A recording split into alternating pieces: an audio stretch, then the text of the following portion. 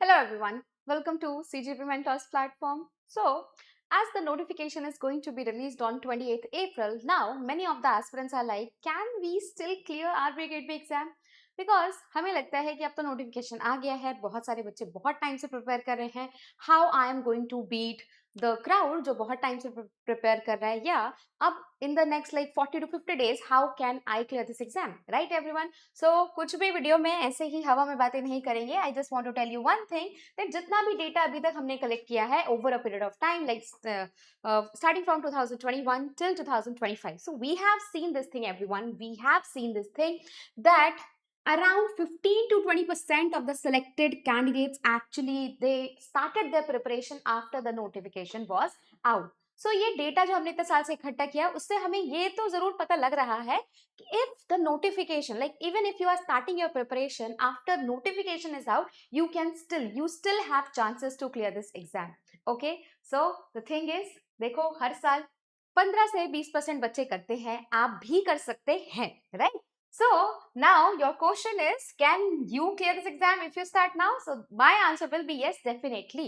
But yes, सिर्फ अब देखो यहाँ पे क्या है, the answer is obviously yes, the answer is a big yes, definitely you can crack this exam this year also, like even a short span of time. ठीक है, but the thing is कि क्या ऐसे ही हो जाएगा? No everyone, we need a lot of things, like right, we need a lot of things. What we need everyone, अब हमें ये तो पता है कि yes exam can be cleared in the short span of time, but how, right? Because ये तो मुझे समझ आ रहा है, अब आप लोगों को भी लगता होगा यार एग्जाम तो क्लियर हो जाएगा, ये मुझे सब समझ आ गया, बट द थिंग इज कि कैसे होगा, राइट?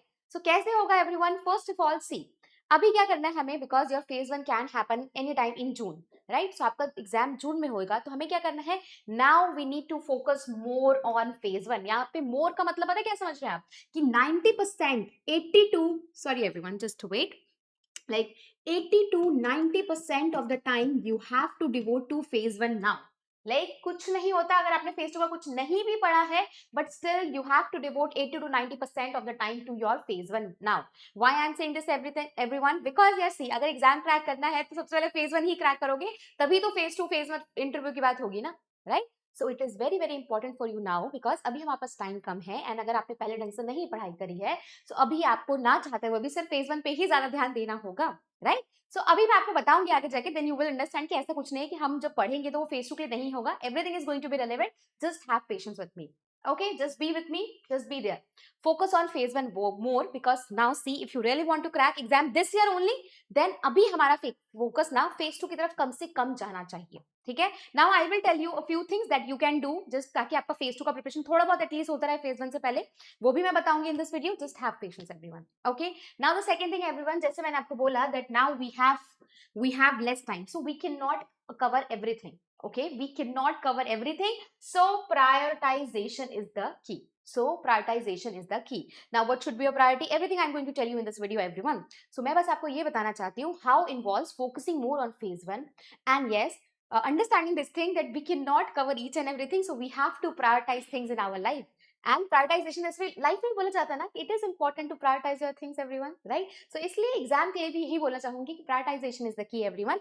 हमेशा प्रायोरिटी के हिसाब से ही अब हम पढ़ाई करेंगे. We are not going to waste our 1 or 1.5 hour like in some random lectures जो हमें शायद मैक्सिमम रिजल्ट रिटर्न ना दे पाए, right? We will be focusing on the things जो हमें मैक्सिमम रिजल्ट दे पाएगा. Okay everyone, now the third thing is practice and revision is going to save you anytime, because see everyone, like अगर मैं आपको यहाँ पे बता भी दूंगी कि see, this is the priority, these are the chapters that you need to follow, in this way you need to manage English, in this way you need to manage GA, at the end revision and practice के बारे हम exam crack नहीं कर सकते. The most important pillar of the exam is practice and revision only. Practice and revision, so इसमें कोई compromise नहीं होना चाहिए. I just want one promise for you all, कि आप मुझे बोलेंगे कि मैम जो भी कंटेंट मैं पढ़ूंगा ना, कम से कम I am going to revise that content for 3 to 4 times. Like this should be your minimum target, कि कोई भी कंटेंट पढ़ रहा हूं उसको मैं कम से कम 3 से 4 बार रिवाइज करके ही जाऊंगा या जाऊंगी. Okay everyone, now practice very very important. आई रिकमेंड एवरीवन, हर चैप्टर जो चैप्टर बताऊंगी उनसे कम से कम आपको 200+ क्वेश्चंस प्रैक्टिस करने हैं from every chapter. It is not like a cumulative number नहीं है कि सारे चैप्टर से मिला के करना है. No, जितने चैप्टर्स बोलूंगी हर चैप्टर से कोशिश करने की 200 प्लस से क्वेश्चन ज्यादा हम प्रैक्टिस करेंगे, ठीक है। I am going to tell you sources as well, so just have patience, ठीक है। कोशिश करा है कि कुछ भी ना छूटे पूरे वीडियो में, just be there with me. So practice करना है, हर चैप्टर से कोशिश करना है कि 200 से प्लस से ज्यादा क्वेश्चन हम करके जाएंगे, सो दैट जब एग्जाम में क्वेश्चन आए तो हमें पैनिक नहीं होना चाहिए। जब एग्जाम में आए तो लगे अरे इससे तो मैंने अच्छे अच्छे क्वेश्चन कर रखे, तो it is very easy for me, ठीक है। वो केक वॉक तब लगेगा जब उसके पीछे मेहनत करोगे। Okay everyone, and remember the next thing everyone, consistency, because you know now consistency is going to beat the talent that is there in the market, ठीक है। बहुत सारे talented बच्चे हैं, बहुत सारे talented aspirants हैं, but if you are consistent then trust me everyone, you can beat anyone, ठीक है। so now अब जिन बच्चों का एग्जाम सच में क्रैक होने वाला है ना, ये वही बच्चे होंगे जो प्रैक्टिस करेंगे, जो रिवीजन करेंगे, डेली बेसिस पे करेंगे, यानी कि कंसिस्टेंसी को मेंटेन करेंगे। Okay, so consistency is the most important thing that you need to pay attention to. Okay, now last everyone, and मुझे लगता है सारी चीजें इंपॉर्टेंट होती हैं, बट ये चीज ना सबसे ज्यादा जरूरी होती है, भरोसा, राइट। भरोसा, trust, right everyone, believe in yourself, right. आपको अभी ये हमेशा रोज अपने आपको याद दिलाना है, don't think about the number of days, don't think about मेरे पास टाइम कम है, बस ये भरोसा रखो यार, आई विल मैनेज एवरीथिंग, जो होगा मैं मैनेज कर लूंगा, एंड मुझे अपने ऊपर भरोसा है कि मैं ये कर सकता हूँ। Okay, so just have this trust in your abilities everyone. See, you all have that trust, sorry, you all have that ability, but the problem is we don't trust our ability. हमें अभी अपनी शक्ति के बारे में बिल्कुल भी अंदाजा नहीं है। बात यही होती है that you guys are not able to realize that you have a lot of powers within you, but the thing is कि हम बाहरी दुनिया में इतने इन्वॉल्व रहते हैं कि हमें पता ही नहीं लगता कि हम इंटरनली कितने स्ट्रांग हैं। We have all the शक्तियां that is needed to clear this exam, that is needed to get all the blessings of the world. Okay, so what I want to say everyone, believe in yourself, have trust in your abilities. Now trust me everyone, जितना हम consistently मेहनत करेंगे, जितना अपने ऊपर भरोसा रह के काम रह के मेहनत करेंगे ना, उतना आपको मैक्सिमम रिजल्ट मिलेगा। So can I ask one promise for you all? अगले 50 से 60 दिनों में कभी भी आप ये नहीं बोलोगे मुझसे नहीं होगा। I just want आप रोज अपने आप को ये बोले, मुझसे नहीं होगा तो किससे होगा। सिंपल सा लॉजिक है। If I'm not, then who is going to crack this exam? Simple सा लॉजिक है। Just have this attitude in your mind कि सिर्फ में से होगा ही होगा। I am going to make this time. That's it. Okay everyone, just trust this thing. Say this thing to multiple times to you. बस ये सोचो कि अब और देखते हैं जिंदगी में और क्या क्या अच्छा होने वाला है। Just have this thought everyone. ठीक है, डेली बेसिस पे प्रैक्टिस करना है, रिवीजन करना है, ग्रेटफुल रहना है, ताकि हम काम रह सके, खुश रह सके। जितना खुश रहोगे, जितना हैप्पी रहोगे, जितना भरोसा रखोगे, उतना आपका प्रोसेस फॉलो करना आसान होता जाएगा। Okay everyone, now how about हुआ? अब हुआ व्हाट अबाउट फेज 2? अब हम सबसे ज्यादा वरीड रहते हैं फेज 2 के लिए कि मैम अब आप कह रहे हैं कि हम सिर्फ फेज 1 पे ध्यान देंगे, so what about phase 2? But एक बात बताओ मुझे everyone, whenever, because like for phase 1 हम क्या करते हैं, फेज 1 के लिए मैं क्या बोलूंगी आपको करने के लिए, लेट्स सी। फेज 1 के लिए अगर हम फेज 1 की जीए की बात करें everyone, so for phase 1 specifically let's talk about GA section, ठीक है। जीए में आप लोग क्या क्या करोगे? You guys are going to do PIB, you guys are going to do circulars as well, right. आप पीआईबी करेंगे, आप सर्कुलर्स करेंगे। व्हाट इज गाइस थिंक कि सिर्फ पीआईबी जो सर्कुलर पढ़ते हैं वो सिर्फ फेज 1 में आता है क्या? नो एवरीवन, आपके फेज 1 में ही आता है क्या PIB circulars? No. So the thing is everyone, because for phase 1 you are going to do PIB, you are going to do circulars, RBI and SEBI circulars, so ultimately everyone, ultimately you are already preparing for phase 2. So why you guys are so worried कि यार ma'am phase 2 में objective आएगा, कहां से manage करेंगे? अरे 70% of your phase 2 objective can be easily managed with the help of PIB and circulars only. The rest of the 30% things we will do after phase 1. We are going to have that time. And मेरा ये मानना है everyone कि अगर सोचो आपने notification के बाद प्रिपरेशन करी, मेहनत लग के आपका फेज 1 हो गया, सो क्या आपने उस टाइम इतना मोटिवेशन नहीं होगा, उतना डेडिकेशन नहीं होगी, चल यार आप थोड़े से एक्स्ट्रा एफर्ट डाल के दिन रात पढ़ के फेज 2 दे देता हूँ? नहीं होगा, डेफिनेटली होने वाला है ना। बट द थिंग इज कि हमें क्या लगता है, नहीं, हम पहले ही n number of excuses बना देते हैं to not prepare for this exam or to not prepare with full willingness, right? So what I want you to realize everyone, I want you guys to realize this thing that whenever you are reading PIB and circular, so it is going to cover, it is actually covering your 70% of your phase 2 objective. अब आप बोलोगे ma'am ये सही objective में तो schemes आती हैं। अरे तो वो स्कीम्स कहाँ से आती है, कभी आपने सोचा है? वो जितनी स्कीम्स पूछी जाती है, मोर और लेस दो schemes are from the budget and from PIB only, right? And it includes budget also, ठीक है, बजट भी यहीं पर डाल दो, ठीक है। सो फेज 1 भी हम ये सब पढ़ने वाले हैं। सो पीआईबी में जो पता है पिछली बार आपको एक ही रिपोर्ट पूछी गई थी 2025 में, and that report was nowhere mention, it was mention in the PIB only, ठीक है, एंड पीआईबी से ही बच्चों ने आंसर किया था. So the thing is everyone, whenever you are reading PIB, whenever you are reading circulars, whenever you are doing the schemes that were mentioned in budget and PIB, then you are easily going to cover the ESI objective and circulars. So है ही पूरा finance का जितना भी objective आता है, it is going to come from circulars only, right? So इसलिए इतना tension नहीं लेना. अगर आपको अभी लग रहा है कि यार मैं तो फेस टू के लिए प्रिपेयर नहीं कर रहा हूँ, no, you are preparing indirectly also. ठीक है, now let's talk about other things. अब मैं चाहती हूँ आप लोग से, बिकॉज मैंने आपको बोला था कि आपको 80 से 90% टाइम अपना फेज 1 में देना है. तो यानी कि इसका मतलब ये तो था कि कुछ तो स्लॉट बचेगा मेरे पास फेज 2 के लिए, है ना. सो फेज 2 के लिए व्हाट आई वांट एवरीवन के फाइनेंस के, देखो management can be covered after your phase 1 as well, because management बहुत छोटा है everyone. Management is a very small subject. तो व्हाट आई वांट कि मैनेजमेंट छोटा है तो हम क्या करेंगे, हम वो फेज 1 की बात करेंगे, क्योंकि मैंने आपसे प्रॉमिस ले रही हूँ ना कि हम फेज 1 जैसे क्लियर होगा दिन रात मेहनत करके फेज 2 क्लियर करेंगे, है ना. सो वो फेज 2 जब हम क्लियर करेंगे दिन रात मेहनत करके, तो उसमें हम मैनेजमेंट निपटा देंगे, बिकॉज मैनेजमेंट का टॉपिक बहुत लिमिटेड है, छोटा है, कुछ चेंज नहीं होता है, very easy to do, right. But before phase 2 everyone, because finance के कुछ स्टार्टिंग के क्वेश्चन आते हैं, एंड फाइनेंस ज्यादा समझ तभी आएगा जब आप ये टॉपिक्स कर लेंगे, ठीक है. एंड प्रायोरिटी ऐसे ही जाना चाहिए. सो फाइनेंस के मोस्ट इंपॉर्टेंट चैप्टर्स है जो आपको करने ही है एग्जाम से पहले, ठीक है. Just give 1 to 1.5 hours, you will be able to manage this thing. So first you have to do functions of Reserve Bank of India, including MPC updates, जो recent MPC अपडेट्स होंगी वो करना होगा. उसके साथ में मॉनेटरी पॉलिसी टूल्स को detail में करना है, because every year we are having 1 or 2 question in objective as well, in descriptive as well.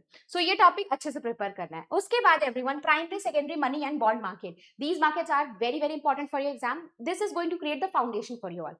Okay, so primary secondary money market bond market इतना कर लो. उसके बाद टाइम मिलता है NBFC पढ़ो, उसके बाद टाइम मिलता है बेसल नॉर्म्स पढ़ो, उसके बाद टाइम मिलता है तो फाइनेंशियल इंस्टीट्यूशन पढ़ो, ठीक है. मैं कहूंगी बिल्कुल टाइम नहीं मिल रहा है तो try to do these 4 topics first. Financial institution ऐसे छोटा सा टॉपिक है, करना चाहो तो कर सकते हो, ठीक है, but priority should be like this only. Okay everyone, now let's talk about descriptive, because I know अब आप कहोगे मैम डिस्क्रिप्टिव आपको पता है 200 नंबर का आता है, राइट. सही बोला आपने बिल्कुल एवरीवन, 200 नंबर का डिस्क्रिप्टिव आता है तो उसको हम हल्के में कैसे ले सकते हैं, राइट. सो मैंने आपको बोला था 80 से 90% टाइम फेज 1 को देना है. बचा हुआ टाइम 1 से 1 घंटा अगर आप फाइनेंस को दोगे, सो क्या आप आधा से 1 घंटा डिस्क्रिप्टिव के लिए नहीं दे सकते हो. अब मैं डेली नहीं कह रही हूँ आपको डिस्क्रिप्टिव के टाइम देना, no, just on alternative days. So what I want you guys to do for descriptive section specifically, I am going to give a few themes, ठीक है. कुछ themes दूंगी, उसके लिए बस क्या करना है आपको, कीवर्ड्स के फॉर्म में, सब हेडिंग के फॉर्म में छोटा छोटा कंटेंट बना लेना है, ठीक है. जैसे कि कंटेंट कैसा होता है, suppose let's, so for descriptive prepare the theme based content on alternative days. Okay, now these are the themes, ठीक है. ये तो बहुत सारी themes है, बट इसमें जो ये येलो हाईलाइटेड वाले हैं ना, सिर्फ आपको फेज 1 से पहले बस इतना करने की कोशिश करनी है. जो चीजें नहीं हो पाए अभी, ऐसा हार्ड एंड फास्ट नहीं है कि ये नहीं करोगे तो फेज 1 नहीं होगा, नो, टेंशन लेना, फेज 1 की बात भी हम कर सकते हैं, ठीक है.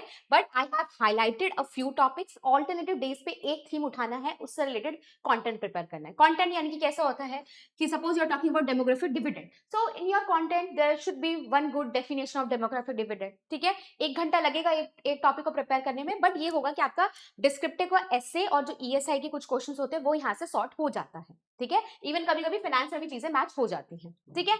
सो यहाँ से क्या करना है, डेमोग्राफिक डिविडेंड टॉपिक उठाया, उसका एक डेफिनेशन लिखा. लेट्स टॉक अबाउट कि demographic dividend, just search on the Google, और या तो चैट जीपीटी को बोल दो कि see this is the theme and please prepare relevant content for me for my descriptive writing, ठीक है. एंड उसको कमांड दो ऐसे करके कि भैया तुम्हें सारी चीजें ऐड करनी है, चैलेंजेस क्या हैं, अगर डेमोग्राफिक डिविडेंड को लिवरेज करना है तो हमें क्या करना है, इंडिया में क्या चैलेंजेस है, include the latest data fact, then what are the steps that the government of India has taken, okay, what are the things that we can do more, ठीक है. सो ऐसे करके एक कमांड बनाओ, चैट जीपीटी को दो, वो तुम्हें 5-10 मिनट में सारा कंटेंट दे देगा, बस सिंपल. आप ऐसे काम कर सकते हो, ठीक है. अभी अगर आप पहले से चैट जीपीटी सब कुछ प्रिपेयर करा के रख लोगे, सो एग्जाम के बाद आप उसको रिफाइन कर सकते हो, अपने हिसाब से और पढ़ सकते हो, उसको रिवाइज कर सकते हो, right. So what I want from you all everyone, I just want कि डेली बेसिस पे 1 से 1.5 घंटा आप फाइनेंस एंड डिस्क्रिप्टिव को जरूर दो. 1 घंटा फाइनेंस पढ़ो, 30 से 40 मिनट्स या 1 आवर कैसे, अब चैट जीपीटी मैंने बोल दिया तो बहुत आसान होगा, 30 minutes are more than enough, ठीक है. सो 30 मिनट में कम से कम जो हाईलाइट करे हुए हैं इनका एक कंटेंट प्रिपेयर करके रख लो. इससे क्या होगा एवरीवन, इससे ये होगा कि जब आपका एग्जाम आएगा फेज 2 का, तब आप पे लोड कम से कम हो जाएगा, बिकॉज उस टाइम हमें मैनेजमेंट भी पढ़ना होगा, है ना. पीआईबी सर्कुलर हमने पढ़ा होगा, फिर उसके बाद हम कुछ गवर्नमेंट स्कीम्स को ज्यादा फोकस से पढ़ेंगे, right everyone.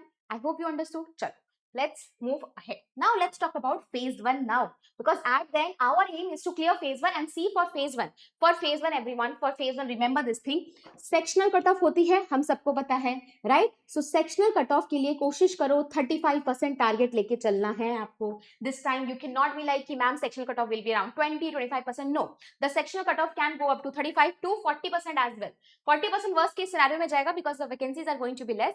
So I just want you guys to aim for this 35%. ठीक है, सो 35% पे हमें फोकस करना है कि कम से कम हमें क्वांट रीजनिंग में सेक्शनल कट ऑफ निकालना ही निकालना है. Okay, now how to get or how to clear sectional cutoff first. So for quant everyone, most important chapters ये हैं. First, data interpretation. 15 questions are there from data interpretation. Then obviously इसमें से एक ही doable हो पाता है, बाकी जो data interpretation होता है वो इतना doable नहीं हो पाता है, किसी से हो जाता है किसी से नहीं होता है. Then we have number series. Every year we are having 3 to 5 questions. Then quality equation.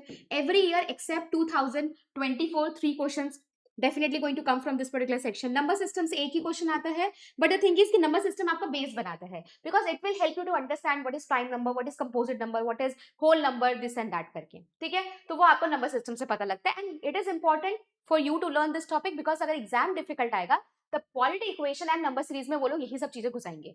सो इसलिए नंबर सिस्टम करना जरूरी होता है. ठीक है, अब ये देखो मैं आपको क्या बताना चाह रही हूँ. these four are the mandatory topics. These four are the mandatory topics everyone. ठीक है, तो ये आपके मैंडेटरी टॉपिक्स हैं, इसको हमें बिल्कुल भी इग्नोर नहीं करना है. ठीक है, अगर हम क्वांट उठाएंगे तो सबसे पहले वी विल ट्राई कि ठीक है number series, quality equation, number system and data DI करेंगे. उसके बाद you guys have to do arithmetic topics as well. Now why arithmetic everyone? Because 35 sectional जाएगा ना 35%, और हम सिर्फ सेक्शनल का एम नहीं कर सकते, हमें थोड़ा सा एक्स्ट्रा मार्क्स भी लेना है, राइट? वैसे तो आपका अगर आप ये 4 टॉपिक्स करते हो तो you will be able to clear your sectional cut off really well, but still I want you guys to score like 1 or 2 marks extra. So for that particular topic pick 2 to 3 your favorite arithmetic topic. आपको time and work अच्छा लगता है वो उठा लो, आपको partnership अच्छा लगता है वो उठा लो, आपको ऐसा ही अच्छा लगता है, मेंसुरेशन, जो अच्छा लगता है पिक दैट टॉपिक. ठीक है, then master it. Master it का मतलब है बेसिक से मॉडरेट लेवल तक का कर लो. ठीक है, बेसिक से मॉडरेट लेवल का कर लो, बट यस अगर टाइम कम है आपके पास तो focus on these topics only. ठीक है, बट यस अगर थोड़ा सा आपको लग रहा है फुल टाइम एस्पिरेंट हो फिर भी मैनेज कर सकते हो, so you can do 2 to 3 topics of arithmetic as well. Okay, कहाँ से करना है? यूट्यूब से करना है, कहीं कहीं जाने की जरूरत नहीं है. यूट्यूब पे हर टॉपिक अवेलेबल है, search on YouTube. No, don't write RBI because IBPS is going to conduct this exam. तो टेंशन क्यों लेना, जो आईबीपीएस वाले जो टीचर्स करा रहे हैं वो भी कर लोगे तो गेम सॉर्टेड रहता है. Okay everyone, now let's talk about reasoning. Reasoning के लिए क्या करना है एवरीवन? रीजनिंग के लिए see we have 3 topics actually. Critical reasoning is also there. ठीक है, first is miscellaneous topics. Miscellaneous topics include your syllabus, inequality, alpha, input, output, coding, direction, blood and order and ranking. ठीक है, सो इसमें मैं ये कहना चाहूंगी एवरीवन कि रीजनिंग में your first priority should B these miscellaneous topics. So for reasoning you cannot miss even a single miscellaneous topic. ठीक है, यानी कि आपको जो मैंने 8 टॉपिक लिखे हैं ये आपको 8 के 8 टॉपिक करने हैं, एंड हर टॉपिक से इंश्योर करना है that you are practicing 200 plus question from each topic. From every topic you are practicing 200 plus questions, and similarly for this thing as well. ठीक है, डेटा इंटरप्रिटेशन में कोशिश करो कि डेली बेसिस पे 2 से 3 डीआई लगाया करो, that will help you. Okay, now reasoning के लिए everyone it is very important to cover all the miscellaneous topics, because बिना मिसलेनियस टॉपिक के रीजनिंग हमारा तो नहीं होने वाला है. Okay everyone, so for reasoning focus on all the miscellaneous topics, this should be your first priority. अब बात करते हैं मिसलेनियस हो गया, अब now you are like ma'am हम प्रो हो चुके हैं, हमसे हो गया, सो मिसलेनियस हो गया तो सबसे अच्छी बात है. उसके बाद आते हैं हम लोग, उसके बाद हम आते हैं critical reasoning and puzzle and sitting arrangement. Puzzle and sitting arrangement की खास बात ये होती है एवरीवन कि हर साल if the exam is on a easier side, अगर आपका एग्जाम थोड़ा easier side पे होता है then you will be able to solve at least 1 to 2 puzzle very easily. But yes, अगर एग्जाम difficult आता है तो ऐसा भी देखा गया है कि हम बच्चे जो होते हैं वो एक भी puzzle नहीं हिला पाते, नहीं बना पाते, right? So मैंने क्या कहा आपको, मैंने आपको ये क्या that first priority किसको देनी है? मिसलेनियस क्वेश्चंस को देनी है. उसके बाद हम आते हैं पजल एंड सिटिंग अरेंजमेंट. देखो पेपर आसान होगा सो हम 2 पजल एंड सिटिंग अरेंजमेंट को कम से कम सॉल्व करके ही आएंगे. पेपर मुश्किल आएगा तो नहीं करके आएंगे, पेपर मुश्किल आएगा तो सेक्शन कट ऑफ कम हो जाएगा, ओवरऑल कट ऑफ कम हो जाएगा, तो it is a very good thing for us, right? So हमें क्या टेंशन लेनी चाहिए पजल सेटिंग अरेंजमेंट की? नहीं. That's why I want you guys to prepare और practise puzzles from basic to moderate level only. Don't go for difficult level. Just solve multiple puzzles, multiple setting arrangements of basic to moderate level only. ठीक है, basic से moderate level का भी अगर आप कर लेंगे puzzle and sitting arrangement, then only you are good to go for RBI grade B exam. Because जब डिफिकल्ट आएगा तो कोई भी नहीं कर पाएगा, तो हमें क्यों टेंशन लेना. इजी आएगा तो उसके लिए मैं आपको प्रिपेयर करना चाहती हूँ. ओके, सो आपको क्या करना है, कोशिश करो डेली बेसिस पे 3 से 5 पजल, स्टार्टिंग में 3 करो, later on 5 puzzles. Daily basis पे 3 से 5 पजल सॉल्व करना स्टार्ट कर दो, then see the magic everyone. Because अगर आप डेली 5 पजल कर रहे हो for the next 50 days, so you will be practicing around 250 puzzle, right? अगर आप डेली 3 DI सेट सॉल्व करते हो for the next 50 days, so you will be solving 150 DI sets. And अगर इतना कर लोगे ना तो आपका एग्जाम तो नहीं रुकेगा, अगर इतनी प्रैक्टिस करके जाओगे तो. ओके, सो देखो अब कम टाइम है, प्रैक्टिस पे तो करना ही पड़ेगा, मतलब कहीं ना कहीं से आपको, you have to manage time, you have to put efforts more, right? Now let's talk about critical reasoning. See, critical reasoning के साथ सीन क्या है ना कि it's a very subjective thing. Many of the aspirants are like कि ma'am कुछ तो कहते हैं दे आर वेरी प्रो, कुछ तो कहते हैं मैम बिल्कुल नेगेटिव ही हो जाता है. So what I want you guys to do, I just want you guys to do 5 to 10 sectional mock of critical reasoning of any banking exam. ठीक है, सेक्शनल मॉक निकालो क्रिटिकल रीजनिंग के, freely available है market में. Go to different platform, solve an number of critical reasoning questions, then see कि कहाँ पे आपके जो क्वेश्चंस है, क्या आपके क्वेश्चंस में पॉजिटिव ज्यादा है या नेगेटिव ज्यादा है. अगर आपको लग रहा है कि नहीं नहीं, you are always in that zone जहां पे आपके पॉजिटिव मार्क्स ही रहते हैं, अगर आप 10 क्वेश्चन सॉल्व करते हो तो आपका 70 to 60% एक्यूरेसी आ रही है, then you can rely on critical reasoning. But yes, if the percentage is less than 70% or 60%, then do not go for this particular topic because it is a subjective topic. Exam में क्यों risk लेना, है ना? क्योंकि जैसे अभी क्या होता है, अब जैसे आपने नंबर 6 का क्वेश्चन सॉल्व किया, मोर और लेस ना क्या होता है, सब्जेक्टिविटी नहीं होती, आपको पता है इसका यही आंसर होगा. यहाँ पे भी क्या होता है ना, सिलॉक्स वगैरह, सिलॉक्स में कंफ्यूजन होता है, बाकी इनइक्वालिटी अल्फा इन सब में कंफ्यूजन नहीं होता है. ये आंसर है तो यही आंसर ही है. But critical reasoning very subjective, you never know कि भाई इसका आंसर क्या हो सकता है, उसका आंसर क्या हो सकता है. सो कंफ्यूजन बहुत ज्यादा रहता है. सो इसके लिए give a lot of mock test, give 5 to 10 mock test, then identify your pattern. अगर आप हमेशा पॉजिटिव साइड पे रहते हो, then you can rely on this topic for your exam. नहीं तो इग्नोर कर देना इसके जितने क्वेश्चन आएंगे एग्जाम में. ठीक है, सो हमें क्या करना है, ये सारे टॉपिक्स पहले कवर करने हैं. ठीक है, this should be your first priority. Second priority should be your basic to moderate level of puzzle, ताकि एग्जाम इजी आए तो हम दूसरों से पीछे ना रह जाए, हमें दो पजल सॉल्व करके आने ही है. देन क्रिटिकल रीजनिंग के लिए I have to identify the pattern. If I am good at it, then I can rely on this topic. अगर मैं नहीं हूं तो मैं छोड़ सकती हूँ. कुछ ऐसा कुछ दंगा नहीं हो जाएगा कि अगर ये नहीं करेंगे तो कुछ प्रॉब्लम हो जाएगी. No, you will be able to score decent marks अगर आप नहीं भी करते हैं तो. Okay, now let's move ahead everyone. Now for phase 1 strategy for GA, right? General awareness, the most pain point of everyone. बस सोचो, जनरल अवेयरनेस के लिए ना सिर्फ 3 से 4 चीजें करनी होती है, that is newspaper CA, PIB and circulars. Newspaper CA, PIB and circulars. So आपको अभी न्यूज़पेपर CA है, कब से स्टार्ट करना है, start from the April month. ठीक है, न्यूज़पेपर CA, if you are starting newspaper CA from April month, then you are good to go. Then PIB start from February if you can manage, नहीं हो पा रहा है तो start from March month. Okay, then for circulars के कोई वैसे shortcut नहीं है, वैसे तो जनवरी से करना चाहिए, but still if you have less time, if you are not able to manage it, then start from February month. But मैं यही बोलना चाहूंगी कि जो भी पढ़ोगे, चाहे ये तो अप्रैल से ही करना है, इसका कोई शॉर्टकट नहीं है. PIB में suppose you are starting from March month only and circulars में you are starting from February month only, it is absolutely fine अगर आप एक मंथ कम करके जा रहे हो. But the thing is that you need to focus on revision, because without revision कोई फायदा नहीं होगा, आप कुछ भी करके चले जाओ. ठीक है, सपोज आप जानबूझ से पढ़ रहे हो but you are not revising it, then इसका कोई फायदा नहीं होगा everyone. So I just want to say everyone that April month से स्टार्ट करो, PIB करो, सर्कुलर करो, फोकस ऑन रिवीजन करने के लिए ऑब्वियसली आप वीडियो से पढ़ सकते हैं. वीडियो से पढ़ने में टाइम लगता है तो वो डायरेक्टली रीड द PDF पढ़ा, उसके बाद एक बार रिवाइज किया, देन उसके बाद solve a lot of MCQs. ठीक है, MCQs के लिए आई विल से जो भी प्लेटफॉर्म पे MCQ मिलता है चले जाओ, कर दो, कोई टेंशन नहीं होता. ठीक है, solve a lot of MCQs. These MCQs will help you to retain a lot of things. Okay everyone, active recalling करो, scribble down करने की कोशिश करो कि रफ में लिख लिया कि क्या क्या पूछा है. ठीक है, ये सारी चीजें करोगे तो आपका रिवीजन भी स्ट्रांग होगा. सो जनरल अवेयरनेस के लिए कुछ हार्ड एंड फास्ट स्ट्रेटेजी नहीं होती है. It is all about the number of months, and it is all about the practising and revising. ठीक है, so revise that multiple times, because GA में सिर्फ आपको रिवीजन बचा सकते हैं. इतना भी कर लोगे एवरीवन तो trust me, you will be able to score 35 plus marks in your GA section. And इतना कर लिया तो आपका एग्जाम हो ही जाएगा, एग्जाम रुकने की बात ही नहीं होती है, right? Then for budget, there is one video available on our channel also, you can watch that video also. ठीक है। बाकी हमने वहां पे बजट बहुत अच्छे से कॉम्प्रिहेंसिवली, क्योंकि प्रिया के बजट में कुछ था नहीं, जितना था वो हमने कवर कर लिया है उस वीडियो में। वो वीडियो देखनी है उससे पढ़ो, नहीं तो कोई नोट्स है उससे पढ़ो, किसी और वीडियो से पढ़ना है उससे पढ़ो, it is up to you. I just want you to cover budget, that's it. Budget is very important for phase 1 and for phase 2 as well. Okay, so ये वाला जो सेक्शन हम कर रहे हैं ना, this section is definitely going to help you for your phase 2 preparation as well. ठीक है, सो इसलिए इस सेक्शन को लाइटली नहीं लेना है, specifically PIB and your circulars. Okay everyone, so this is very very important. Now let's talk about reports and government schemes. अब बच्चे बोलेंगे मैम आपको नहीं पता कि रिपोर्ट्स एंड गवर्नमेंट स्कीम से भी क्वेश्चन आते हैं, है ना। काफी बच्चे बोलेंगे मैम आपको नहीं पता, आप भूल गए, पता है रिपोर्ट्स एंड गवर्नमेंट स्कीम्स के बारे में। तो मैं ये बोलना चाहूंगी कि मैं भूली नहीं हूँ, ठीक है। I know a few questions are coming from government schemes, a few questions are coming from reports also, but the thing is everyone, आपको क्या लगता है जब हम न्यूज़पेपर सीए बनाते हैं तो क्या हम उसमें रिपोर्ट्स नहीं कवर करते हैं? Don't we have section of reports and indices? क्या आपने देखा है कभी पीडीएफ? हम उसमें हमेशा रिपोर्ट्स एंड इंडाइसेस को भी ऐड करते हैं, right everyone. So what I want, so क्या मैं कह सकती हूँ कि जो आपका फेज 1 वाले रिपोर्ट्स हैं वो वहां से कवर हो रहा होगा, है ना। सो the thing is your phase 1 kind of reports are getting covered, even your phase 2 वाला report भी it is getting covered with the help of newspaper CA PDFs only. Then why I'm going to mention this thing again? किसी ये चीज तो करनी है पर मैं तुम पे एक और बहुत ला के रख दूं, किसी ये भी करना है तुम्हें, ऐसे नहीं होता है यार। Our job is to lighten your burden, not to increase the burden everyone.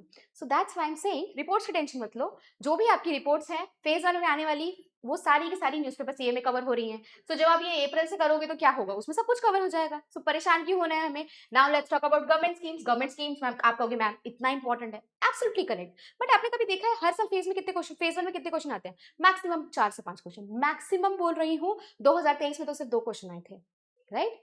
सो 2023 में 2024 में मतलब हर साल 1 से 5 के नंबर के बीच में ही क्वेश्चन आता है। देन गवर्नमेंट स्कीम के लिए क्या हमें कुछ अलग से करना है फेज 1 के लिए? No everyone, you just need to cover the schemes that are there in our PDFs of PIB, that's it. PIB में जितना अपडेट करा रही हूँ उतना भी कर लोगे तो आपका गेम सॉर्टेड एवरीवन।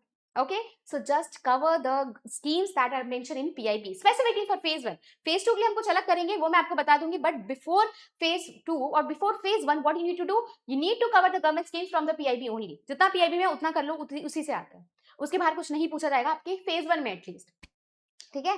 सो अब समझ आना, मासूम मैम ने छोड़ा नहीं है ये सब, इट्स जस्ट कि everything is covered here, so that's why I don't mention it separately, ठीक है।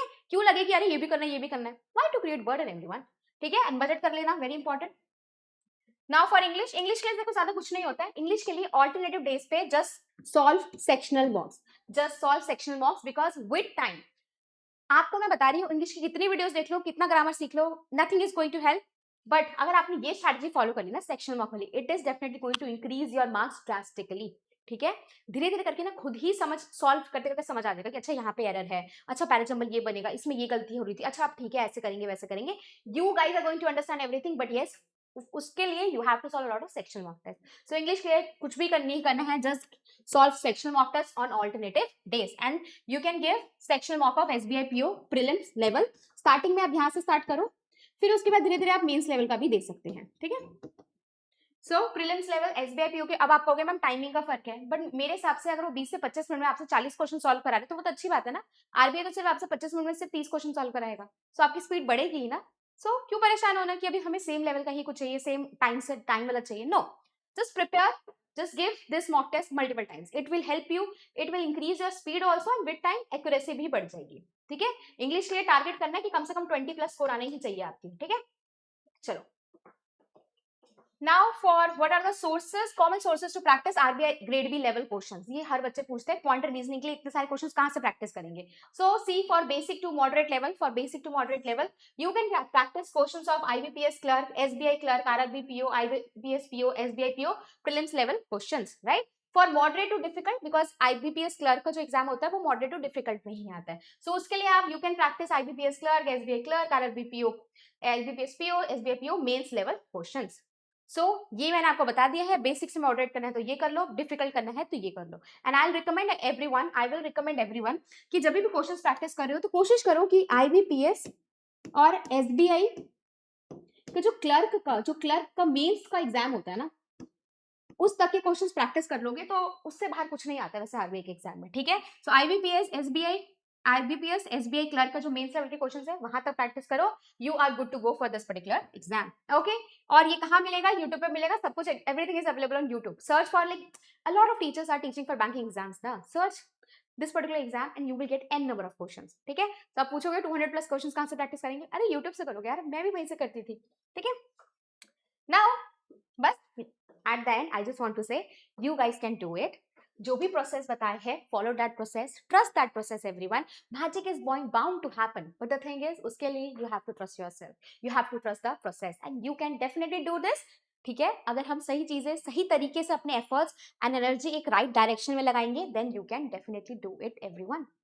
Okay, everyone, just trust yourself. All the very best. सब बहुत अच्छा होगा. God bless you. And yes, if you're gonna prepare for this exam right now, if you wanna start right now, you can still crack this exam. Okay, all the very best. अपना ध्यान रखें.